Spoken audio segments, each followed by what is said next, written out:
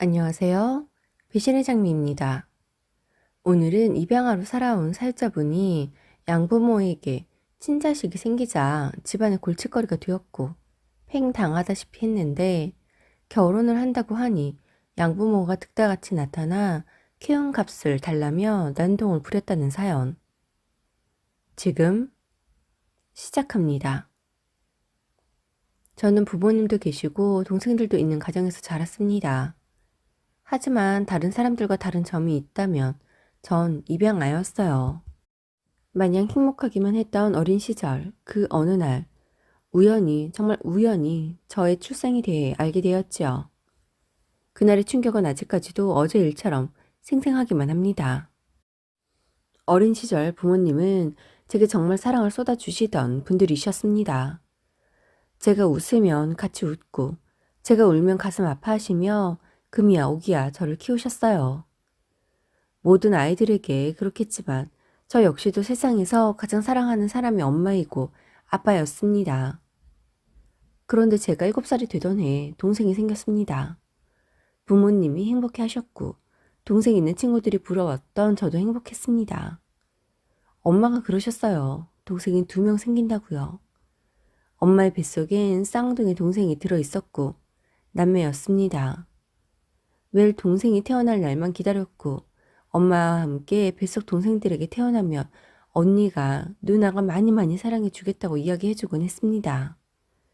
그렇게 얼마 뒤 동생들이 태어났고 그날로부터 저는 집안의 천덕꾸러기가 되었습니다.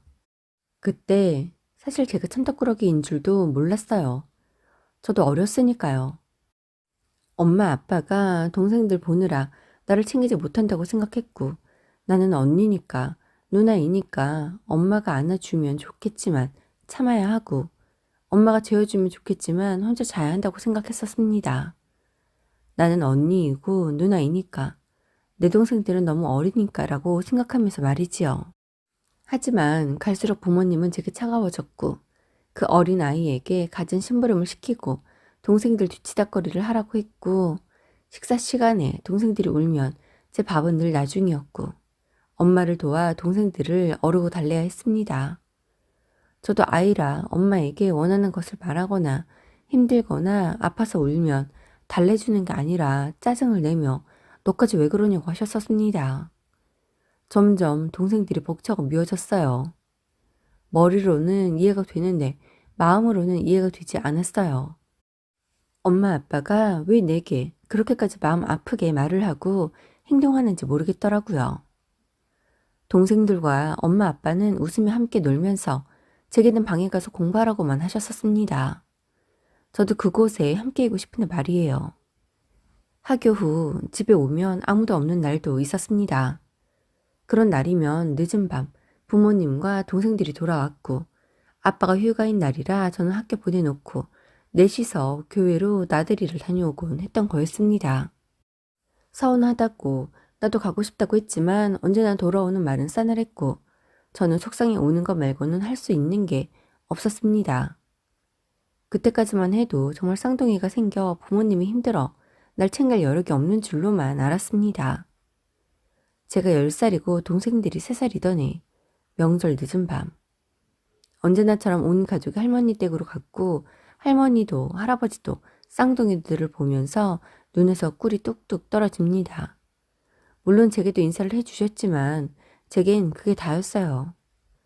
동생들이 아직 어려 비글처럼 할머니 집 여기저기를 돌아다니고 사고를 치니 엄마 아빠뿐이 아니라 할머니 할아버지들도 쌍둥이를 보느라 정신이 없었다지만 서운했습니다. 그래서 할머니께 계속 의미 없는 애교를 부리고 앙앙대었습니다.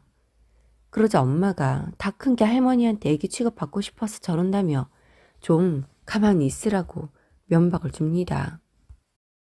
그렇게 전 있는 듯 없는 듯 한쪽 구석에 있었고 그대로 잠이 들었습니다. 시간이 얼마나 지났을까요? 눈을 떴을 때는 한창 늦은 밤이었고 저는 방에 뉘어져 있었습니다. 조금 열린 방문 틈 사이로 거실에 형광등 빛이 새어 들어오고 있었고 어른들의 말소리가 두런두런 들려왔습니다. 저녁도 제대로 먹지 못하고 잠들었기에 배가 고팠고 밥을 달라고 하려고 일어나는데 엄마의 짜증 섞인 날카로운 목소리가 들려옵니다. 쌍둥이 생길 줄 알았으면 그냥 우리 둘이 살걸. 병원에서 우리 보고 애 생기기 어렵다고 해서 다 내려놓고 입양한 건데 이제 와서 보니 다 너무 후회가 돼. 나 그냥 파양하고 싶어. 어차피 내 딸도 아니고 어떤 사람들 피가 섞여 있는지도 모르는 애를 우리가 10년이나 키워줬으면 우리 할 몫은 다 한 거 아니야? 애 둘과 셋은 하늘과 땅 차이야. 도저히 힘들어서 셋은 못 키우겠어. 엄마의 그 말에 아빠도 맞장구를 치며 파양하고 싶다는 말을 하십니다. 그땐 파양이 무슨 말인지도 몰랐지만 입양은 언뜻 알았어요. 내가 부모님의 친자식이 아니라는 말이었고 의미는 몰랐지만 대화의 흐름상 파양은 절 키우고 싶지 않다라는 뜻으로 들렸습니다. 너무나 충격적이었고 무서웠고 두려웠어요. 할머니는 저희 부모님에게 그래도 어쩌겠니? 우리한테 와서 우리가 키우게 된 이유가 다 있는 것일 텐데 사람 쉽게 들이는 것도 아니고 쉽게 내치는 것도 아니야. 너희가 그리 간절히 바라도 애가 안 생기다가 쟤 들어오고 쌍둥이 생긴 건 다 저 애 때문이야. 너희에겐 복덩이인 거라고. 불쌍한 아이 거둔 너희 마음 예쁘다고 하늘에서 쌍둥이 점지해 준 거야. 이제 와서 애 구박하고 눈치 주고 하지 마. 어머니가 몰라서 그래요. 얼마나 눈치가 없는데. 내가 애들 챙기면 지도 옆에서 좀 같이 거두면 얼마나 좋아. 그런데 TV나 보고 방 안에서 숙제나 하고 있다니까요. 꼭 내가 불러야 나와서 돕고 그런다고요. 아니 뭐 그러기만 하는 줄 알아요? 쌍둥이 밥 챙기느라 정신없는데 꼭 지도 먹는데. 애들 먹이고 좀 이따 알아서 먹으면 얼마나 좋아요. 안 그래도 혼자 둘 챙길 때면 정신이 다 없는데 꼭 자기까지 챙겨달라고 얼쩡거린다니까요. 엄마는 제가 하는 모든 말과 행동이 다 싫은 것 같았습니다. 그날 저는 줄임배를 옮겨주고 그냥 방 안에만 있었습니다. 차마 밖으로 나갈 수 없었어요. 누가 봐도 경직된 표정만 지어질 것 같았고 눈물만 날 것 같았거든요. 그날부터 부모님의 모든 행동들이 이해가 가기 시작했습니다. 그리고 내게 어떻게 하든 어떤 말을 하든 서운하게 보다 내가 남이라서 그렇구나 라고 생각이 되었어요. 가진 눈치를 줘도 학교는 보내주고 교복은 맞춰주고 급식비는 내주셨기에 감사했습니다. 물론 그냥 해주시는 건 없었어요. 뭐라도 꼭 토를 달고 눈치를 주고는 하셨지요. 게다가 입양하다 뭐다 직접 말씀하신 적 없고 저도 아는 티를 내지 않았지만 아마도 막연히 제가 알고 있나? 라는 생각은 하시지 않았을까 싶습니다. 저 또한 눈치를 보고 있었으니까요. 전 고등학생 때부터 정규 수업 후 보충 수업이나 야자는 하지 않고 동네 햄버거 가게에서 시급 1,800원을 받으며 알바를 했습니다. 학교를 오고 갈 최소한의 버스비만 주셨기에 학용품을 사든 학교에 필요한 비용을 내야 할 때면 그것에 대해 말하는 것조차 눈치가 보였거든요. 마치 제가 거짓말을 해 용돈을 타가는 것처럼 말씀을 하셨으니까요. 그래서 알바를 했습니다. 평일이면 3시 반에 정규 수업을 마치면 학교 근처 햄버거 가게에서 4시부터 저녁 9시까지 일을 했습니다. 부모님은 제가 학교에서 공부를 하고 오는 줄 아셨지요. 그렇게 저는 평일부터 주말까지 일을 해야 한 달에 50여만 원을 손에 쥘 수 있었습니다. 아무도 얘기해주지 않았지만 전 고등학교를 졸업하면 그 집을 나와야 한다는 것을 알고 있었습니다. 이미 그 집엔 제 자리가 없었고 부모님도 저를 어려서 거뒀다는 그 책임감으로 그 집에서 지내게 해주는 그런 기분이었거든요. 고등학교 3년 내내 알바를 하고 그 돈을 모두 모아 20살 1월까지 약 1,500만 원의 돈을 모았습니다. 정말 엄청나게 큰 돈이었죠. 고등학교 졸업을 한 달 앞둔 날 부모님에게 독립을 하겠다고 하니 마치 기다렸다는 듯이 환영하시며 성인이 되었으니 자유롭게 살라고 하지만 독립한 만큼 어떤 지원도 기대하지 말라고 스스로 살아보라고 하십니다. 그럴 것 같았어요. 제가 나가길 바랄 것 같았어요. 보통 자식이 독립한다고 하면 걱정의 말 한마디 정도는 하실만 한데 전혀 그런 게 없었습니다. 전 보증금 300만 원에 월세 20만 원, 작은 방을 얻어 독립을 했습니다. 가진 건 아무것도 없었지만 정말 마음은 홀가분하더라고요. 물론 그 마음 한구석엔 이젠 진짜 혼자라는 생각과 어려움과 막막함 모두가 공존했지만 지금부터가 진짜 내 인생이니 힘을 내야 했습니다. 당장 할 줄 아는 일이 없었기에 알바를 하는 햄버거 가게에 지점을 옮겨 계속 일을 했고 앞으로 어떻게 살아야 하나 미래를 계획했습니다. 우선 저도 대학에 가고 싶었습니다. 적지만 모아놓은 돈도 있었고 대학을 가도 계속해서 알바를 할 예정이었기에 남들보다 1년 늦은 그 다음 해 대학에 진학을 했습니다. 집 얻을 때 말고는 목돈을 써본 적이 없어 대학 등록금을 내며 손이 벌벌 떨리더군요. 제가 그 돈을 벌려면 얼만큼 일을 해야 하는지를 알아 더 그런 듯 했습니다. 제가 들은 이 등록금이 아깝지 않고 싶었습니다. 그래서 강의 듣는 1분 1분을 아까워하고 진심을 다해 열심히 공부를 했습니다. 마치 중고등학생 때 수업 듣듯 열심히 참여했고 그 결과 저는 매 학기를 장학금을 받을 수 있었습니다. 그렇게 학교 생활을 하면서도 매일 저녁이면 알바를 했지요.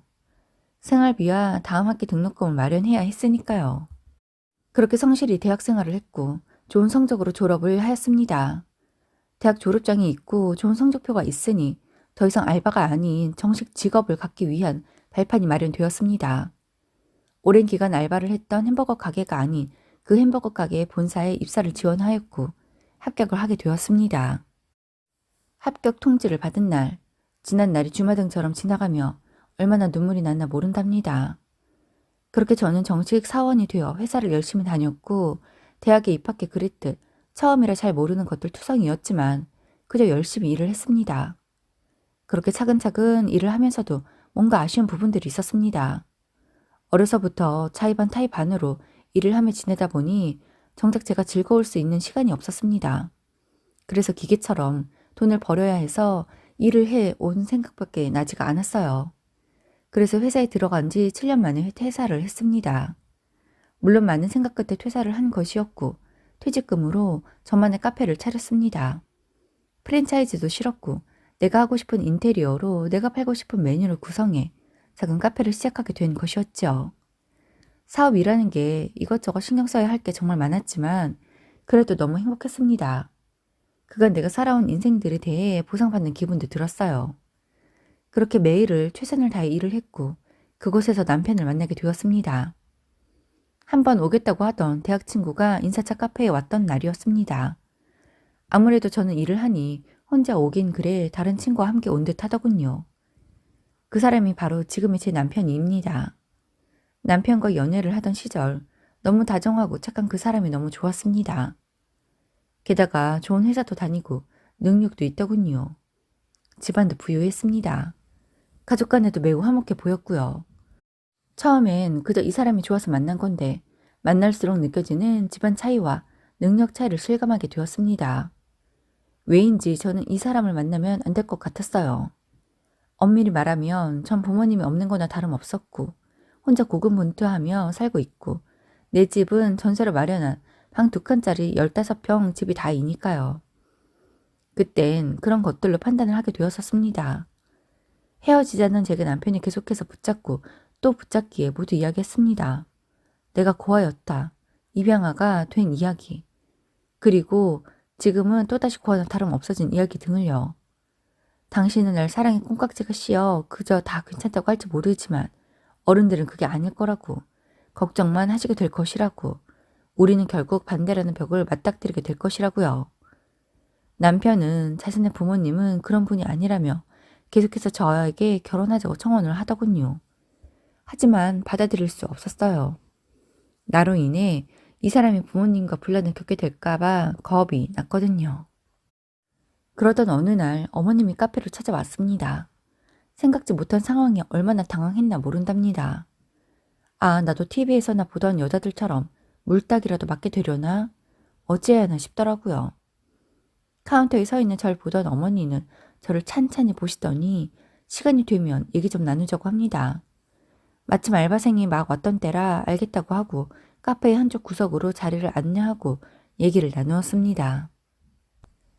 인자한 표정으로 절 한참을 바라보던 어머니는 저희 남편이 자라온 이야기들을 하시더니 자신의 아들이 신중한 편인데 결혼하고 싶다기에 분명 괜찮은 여자를 만난 것 같다 생각이 들었다고 그런데 그 여자가 결혼을 하지 않겠다고 해 너무 고민이라기에 보러 왔다고 하시며 자신의 아들이 어디가 부족해 결혼만은 하지 않겠다고 하는 것이냐고 물으십니다.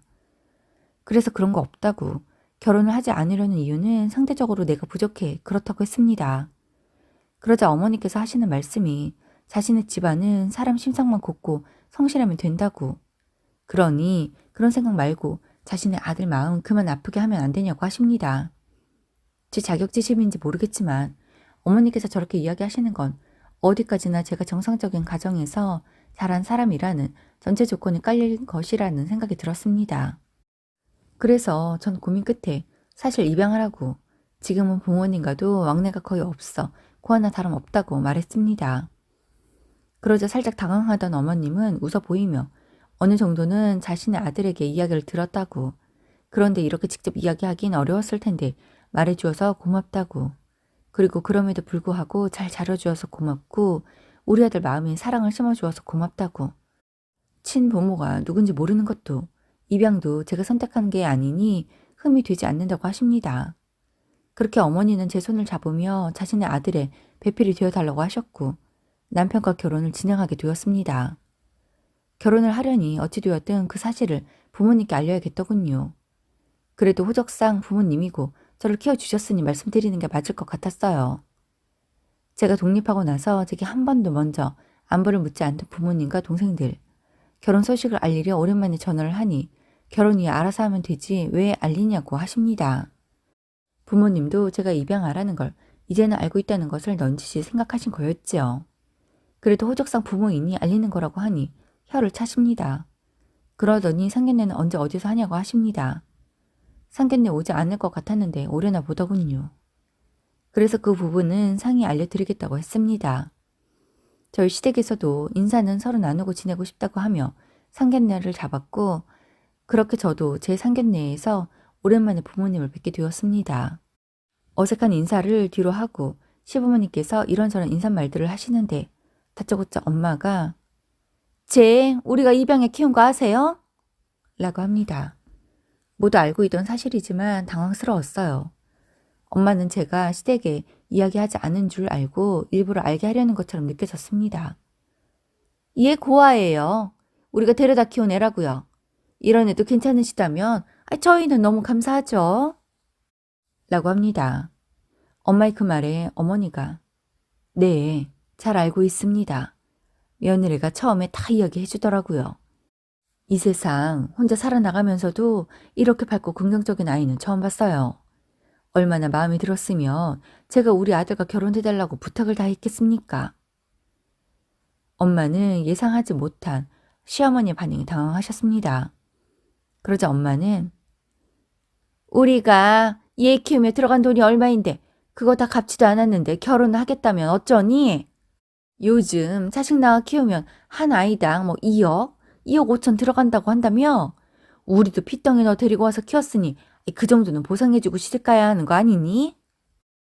엄마의 그 말이 너무 당황스럽습니다. 하지만 차분하기로 했어요. 그간 저 키워주셔서 감사해요. 그런데 저 7살까지만 키워주신 거 아니에요? 이후엔 어떻게든 제가 살아남은 것 같아요. 물론 키워는 주셨죠. 고3 때까지 지낼 방은 주셨죠.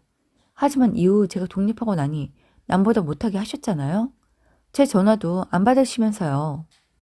그러자 엄마가 그렇게 잘 알면 네 밑으로 들어간 돈 내가 너 키운 값 주고 가라. 당황스럽습니다. 다른 데도 아니고 상견례에서 이러시다니요. 엄마의 말을 듣던 시어머니가 그러십니다. 키운 값이요? 원하신다면 드려야지요. 네, 그러겠습니다. 그런데 그거 아세요? 우리 며느리 키운 값 원하시면 부모 노릇 제대로 안 하고 우리 며느리 고생시킨 값도 내놓으세요. 남의 자식이라도 고생하며 자란 것 같아 마음 아파 죽겠는데 뭐라고요? 키운 값? 먼저 고생시킨 값 주세요. 주시라고요. 그날의 상견례는 그렇게 마무리되었습니다. 시부모님께 그리고 남편에게 상견례까지 이렇게 되어 죄송하다고 했습니다. 하지만 모두들 괜찮다며 절 다독여 주네요. 그렇게 전 남편과 결혼을 했습니다. 저희 부모님은 모두 참석을 하지 않았고 전 시아버지와 손을 잡고 식장에 들어가게 되었지요. 시부모이지만 부모라고 생각하라며 절 따뜻하게 보듬어 주신 분들, 아직도 그 감사한 마음 다 표현하지 못했지만 앞으로 남편과 함께 시부모님과 함께 즐겁고 행복하게 지내려고 합니다. 아참, 전 요즘 파양에 대해 알아보고 있습니다. 성인이지만 더 이상은 그들과 가족으로 엮이고 싶지 않아 알아보는 중이에요. 아직 진행 중이라 마무리가 되지는 않았지만 꼭 파양해서 그들과는 완전한 남남으로 지내려고 합니다. 오늘도 함께 해주셔서 감사합니다. 지금까지 배신의 장미였습니다.